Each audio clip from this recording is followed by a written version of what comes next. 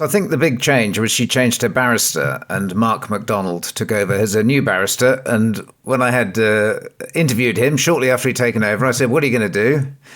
And he said, "Well, there are various tactics, but my main tactic is probably I'm going to scour the world for the best experts I can find. You need the people who have impeccable academic credentials, who know more of this than anyone else. And although the Court of Appeal doesn't like games of expert top trumps, it would be hard to ignore a global coalition of people. Plus, I also want to get UK experts because they understand the NHS. So I want to get some practicing neonatologists who do this at the highest level in the NHS to look at all these cases, and I want to get international experts. I want the two groups to look at these independently."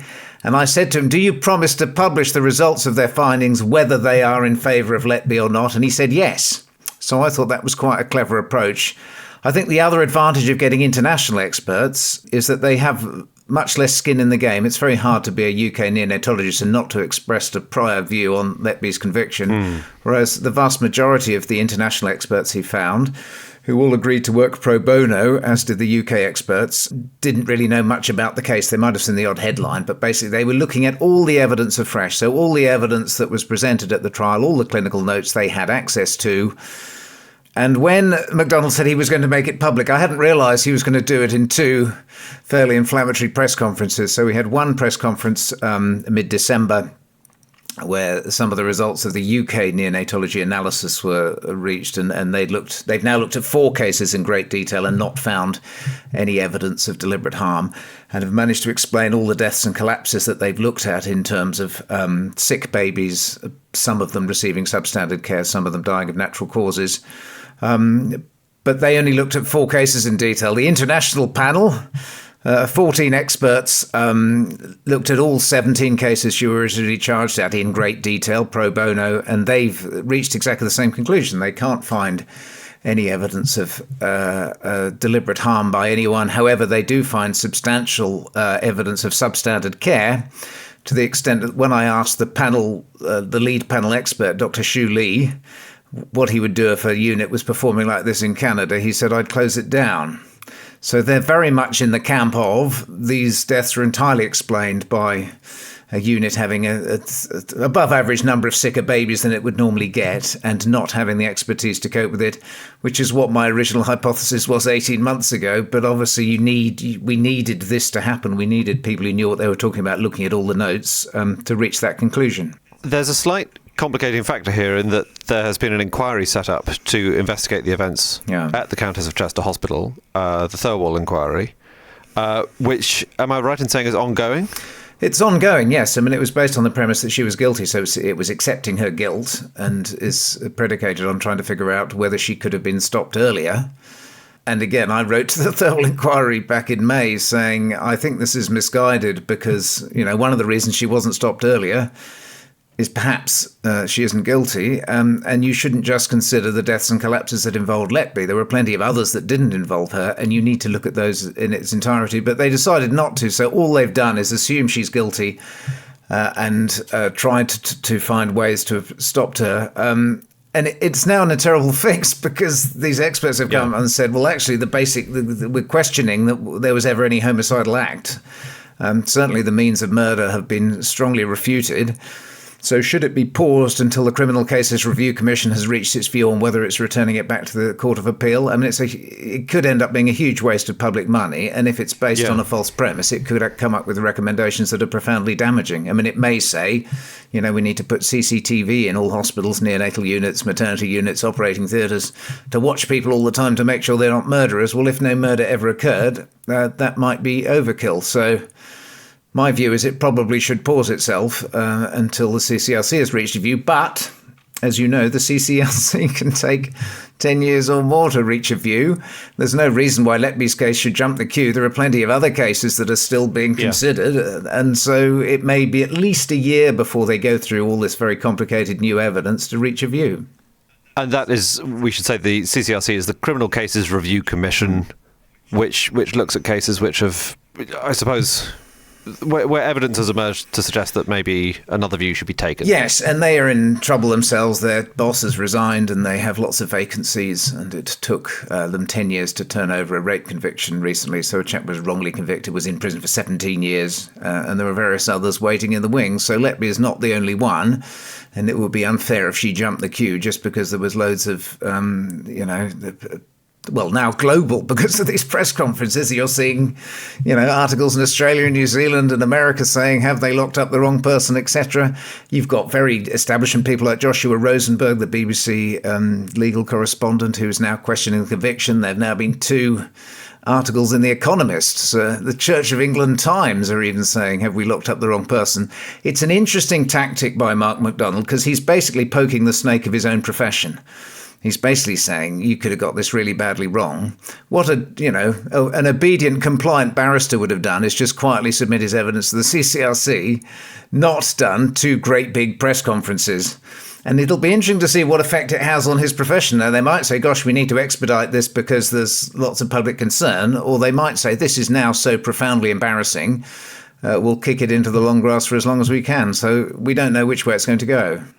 And I think the first time you spoke to this podcast about the Letby trial, you were quite equivocal about whether... You said, I'm not saying anything in particular about Lucy Letby's guilt or innocence. You were more concerned with how the trial itself might have been mishandled. It feels like your opinion has changed since then. Well, the thing that needed to happen was the very thing that has happened now, which is really top-end experts looking at all the clinical evidence and saying there's no medical evidence of murder.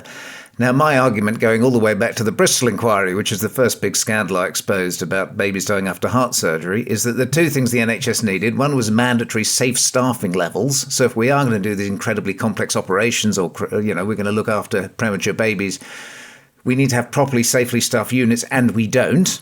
And the second thing I said is you need a crash investigation team for the NHS, a bit like the airline industry. So when these things happen, independent, trained experts go in very quickly, hard and fast, and they come up with the reasons why. Had this happened in the Letby case, this would never have gone to court. She'd have never been implicated if the experts are right, and nobody would ever dug up her garden. They'd have said this is a failing unit with substandard care, and we either need to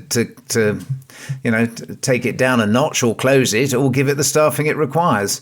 So that's, but I was reluctant to say she's guilty or innocent because that's for the court to decide. My feeling is she had an unfair trial for complicated reasons, but the person who changed my mind most was a chap called Dr. Mike Hall, who was the expert witness for the defence, who was never called.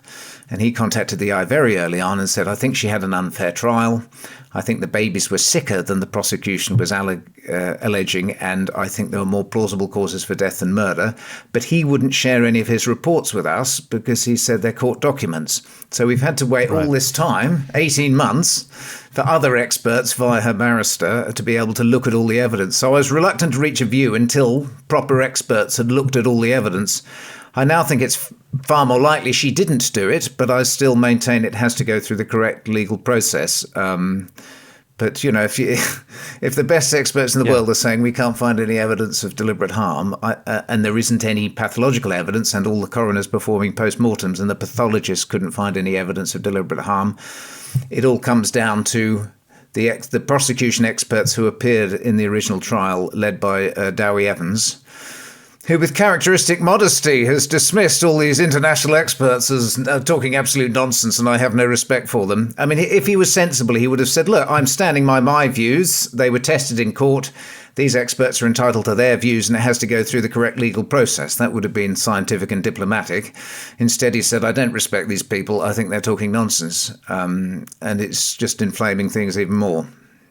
So in the absence of the clinical evidence, there are other things like circumstantial evidence which were taken into account. Things like notes that she may have written while these babies were ill, or the fact that she was looking them up online, looking at their families online. I think all of that is mentioned in your latest piece. I think all of that is relevant and all of it matters. However, there does also appear to be other plausible explanations that the jury weren't aware of. For example, the notes that she wrote saying I am evil and I did this, which also included notes saying I didn't do this, were part of her counselling process where she was encouraged encouraged to write down her feelings. And often you write down feelings of guilt. That's a normal thing.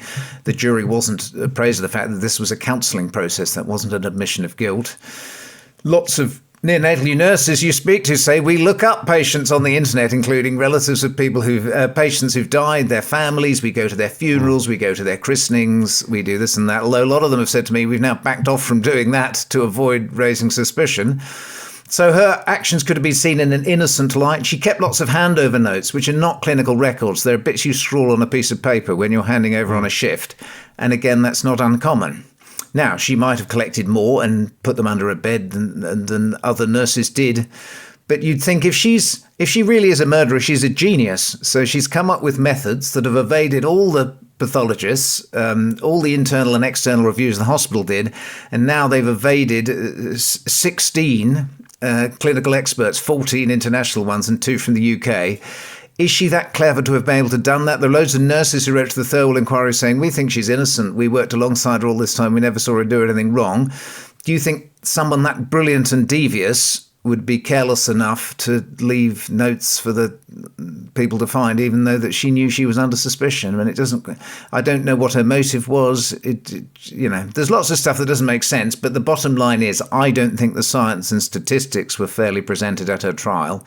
And for that reason alone, I think she deserves an appeal. And from what you're saying about this team of 14 international neonatologists, they have found that there were enough incidents that this might have been described as a failing unit. Yes. Even outside the deaths of which Letby was convicted. Yes, and that's always the most common thing. If you look at the history of the NHS, we've had quite a few maternity scandals and neonatal scandals, and they nearly always come down to the same thing. A unit doesn't have the staffing or expertise or equipment to cope with the volume and complexity of patients that it has. And so this was a fluctuation. There was a sudden rise in the more complex cases. And the unit themselves, the consultants themselves have said, we're woefully understaffed. We're only doing 2 ward rounds a week on average. We don't have enough specialist junior doctors or nurses to cope with this. And they raised those concerns. I think what's interesting is that the consultants themselves didn't seem to spot that the babies could have been dying due to substandard care. And that to me is interesting because why is that? Well, it shows that you shouldn't really be investigating your own mistakes. It's the reason we need a crash investigation team. So when you investigate your own mistakes, you'll probably have a certain amount of bias towards not exposing yourself. So what happened is that they were convinced that she was a murderer, and they sort of led the police in the direction that they had already concluded, whereas actually what you wanted was somebody independent. Now, the independent experts have spent hundreds of hours looking at all the evidence, according to Dr. Shu Lee, whereas the prosecution lead expert, Dowie Evans, said he realised it was murder within 10 minutes of looking at one set of notes. And that really worries me, in that he seemed to have reached a conclusion fairly quickly, whereas others have taken a far longer and more detailed and measured approach and reached a different conclusion. So I think there are lots of lessons there. The first is, let's staff our units safely, and this may never have happened. B, let's have an independent investigation team that acts quickly. And if we'd had those 2 things, this had never gone to court. I hate to even estimate how much money we've spent on this, never mind the emotional harm that we've caused. But in terms of all the investigations, all the litigation, the court cases, the public inquiries, there's tens of millions, possibly hundreds of millions of pounds we could have spent on employing neonatal nurses for these units and to make them safer. So it could be such a colossal disaster in so many ways. And I think the other thing that saddens me is that I've spent a lot of time trying to grow up about patient safety. And one of the things is, in a mature patient safety culture, you own up to your mistakes, you explain them to patients, etc. And there's much less litigation if you have an open, transparent culture where people own up to stuff. And this the whole Letby case could set back this patient safety culture decades, because people are now just all, we're back in a blame litigation, a counter-blame culture that I just think will be, deeply counterproductive to having a safer NHS. So I think the ramifications will be huge, whatever the Criminal Cases Review Commission decides.